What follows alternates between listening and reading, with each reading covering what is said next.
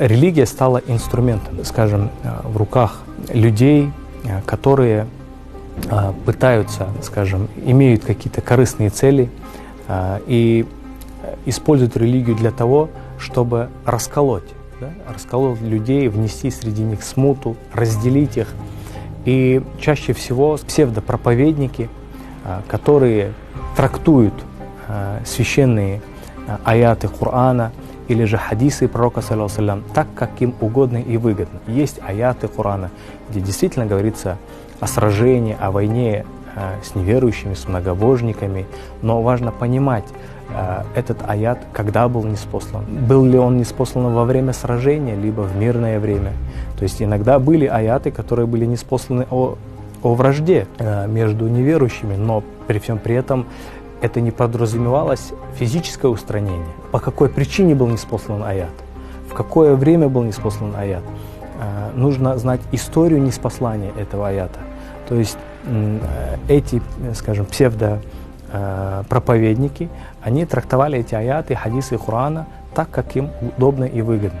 Пытались ограничить доступ к другой информации своих, скажем, последователей, и тем самым направляя их только на физическое какое-то устранение людей, что ислам это он пришел с кровью, с мечом и так далее.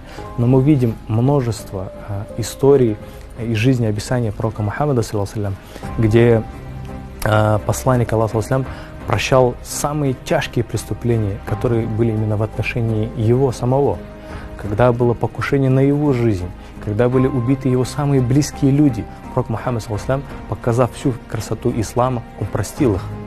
Поэтому ислам основан на прощении, на взаимопонимании, на том, чтобы мы уважали и почитали друг друга. И когда мы видим, как люди одевают, скажем, тот же пояс шахида и прикрываются именем ислама и убивают ни в чем не повинных людей, мы можем однозначно сказать о том, что это запрещено единогласным мнением ученых. Ислам основан на том, чтобы мы скрывали недостатки и ошибки людей.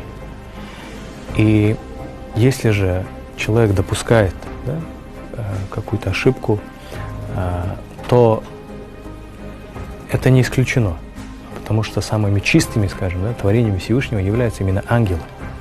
И если человек допускает какую-то ошибку, то, конечно же, у него всегда есть возможность исправиться, совершить покаяние в своих грехах.